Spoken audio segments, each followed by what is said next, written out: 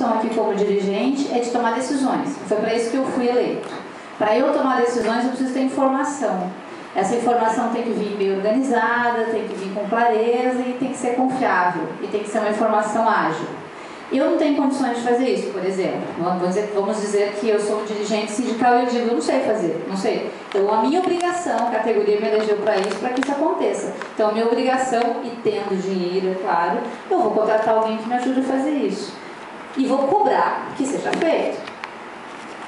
Então, assim, a gente tem que assegurar que os processos que tem que acontecer e que as diferentes responsabilidades aconteçam. Que o dirigente faça o que tem que fazer e que eu digo que não é largar a administração do sindicato para um corpo técnico, não é, vocês vão responder por tudo que estiver lá, mas é decidir. E também não é ficar lá fazendo nem tentando reaprender coisas que talvez não seja o teu foco, a menos que seja. Eu trabalho às vezes com sindicatos que na categoria tem muitos profissionais de contabilidade, advogados, e que eles contribuem para a gestão do sindicato, e é normal que assim seja. Agora, tem outros sindicatos que são profissões que não tem nada a ver com aquilo, que é uma coisa nova e que precisa de um apoio técnico para fazer. Tem que ter. Por outro lado, os funcionários, quando entram, por melhor qualificados que sejam, muitas vezes não trazem essa experiência do que é uma entidade sindical. E vocês, como dirigentes, se não tem da vida toda essa história, tem gente que veio, meu pai já era militante, mas quem não teve da vida toda, você sabe que em algum momento alguma coisa teve que te despertar para isso. E eu acho que cabe aos militantes, aos dirigentes, despertar isso nos funcionários de sindicato. Como é que você traz eles também para entender o que é que está fazendo, né? Dar um sentido para aquele trabalho.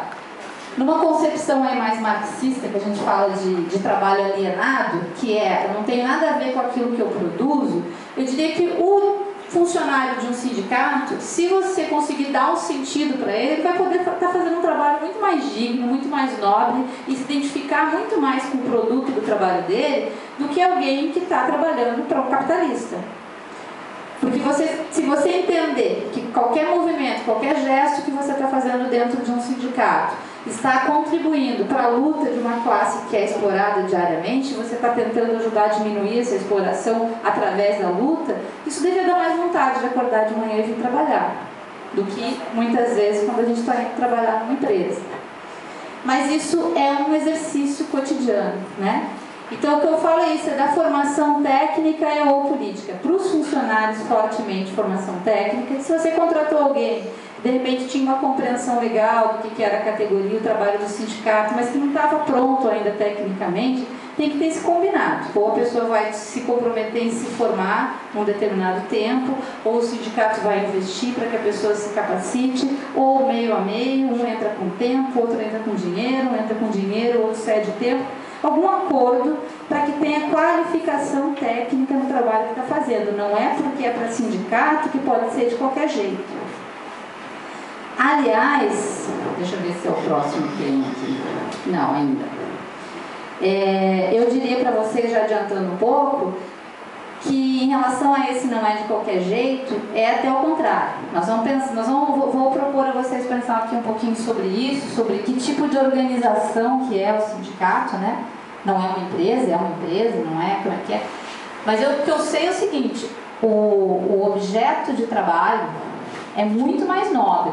Portanto, eu seria mais rigorosa ainda no que está sendo produzido, no jeito que está sendo feito, na qualidade do que está sendo produzido, no atendimento que está sendo dado, do que para um comércio, enfim, para vender um outro produto, né? Então, eu queria agora assim, entrar um pouquinho com vocês ainda na parte mais de administração sindical, para pensar o seguinte. Essa palavra, né, o verbo, na verdade, administrar, pegando rigorosamente ao pé da letra, o que o dicionário fala sobre administrar? Gerir, governar, dirigir negócios próprios ou de outros. Atuar, exercer a autoridade de administrador, dirigir. Tornar efetiva e real e concreta uma ação, pôr em prática. Isso é administrar. E a gente fala que os sindicatos são pequenos embriões, né, do que seria um Estado operário, né, escolas de governo em alguns lugares falam, ou seja, um sindicato está utilizando um recurso de uma coletividade, está retornando para ela, está fazendo ali um pequeno exercício do que é gerir um recurso de um grupo de pessoas. E a gente está fazendo isso bem? Acho que essa é a nossa pergunta. Se isso fosse, se realmente ele é numa pequena, numa microdimensão, que seria o governo dos trabalhadores, a gente está fazendo isso bem? Então, a gente está, quando está administrando, está governando. E aí vocês podem até fazer algum paralelo aí com o que são, né, os governantes. Não é exatamente o cara que está lá fazendo a prestação de contas, mas é quem está tomando as decisões políticas mais importantes. E eu diria que para vocês também não é diferente, né?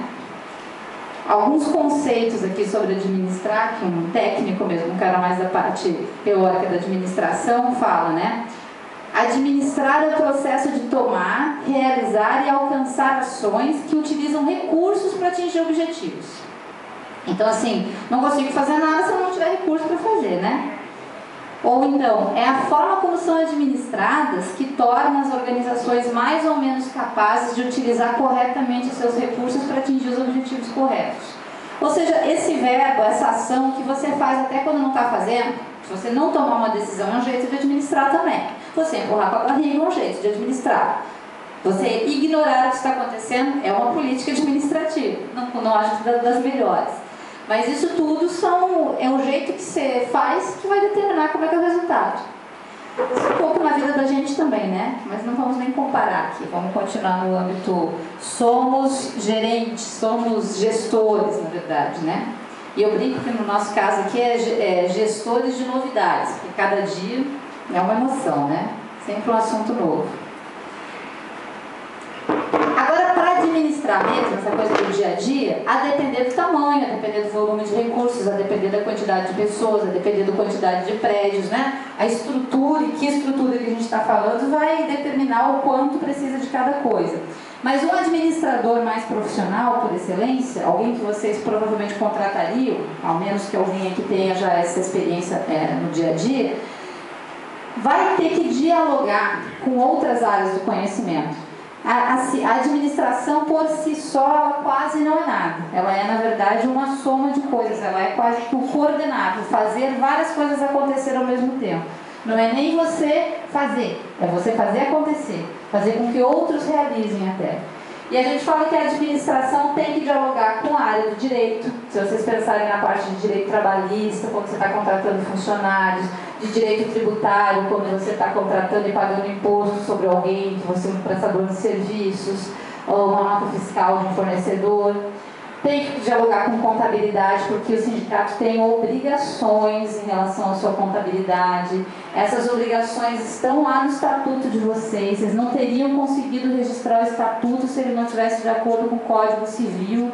E lá exige que você preste contas, que você apresente previsão orçamentária. E isso tem formatos legais para serem apresentados. Você tem que ter um contador responsável que assine, um conselho fiscal atuante, falamos já disso. Da parte de economia, você tem que ter alguma noção para você ajudar a prever. Vamos fazer aqui uma previsão orçamentária, vamos analisar como é que está a situação, vamos olhar como é que foi a inflação no último período. Matemática, mais básico. Estatística, psicologia, principalmente quando você está relacionando com pessoas, né? E não tem como não lidar com pessoas quando você está administrando. Sociologia, que é tudo isso que eu estou falando, de dar uma realidade para o que você está fazendo.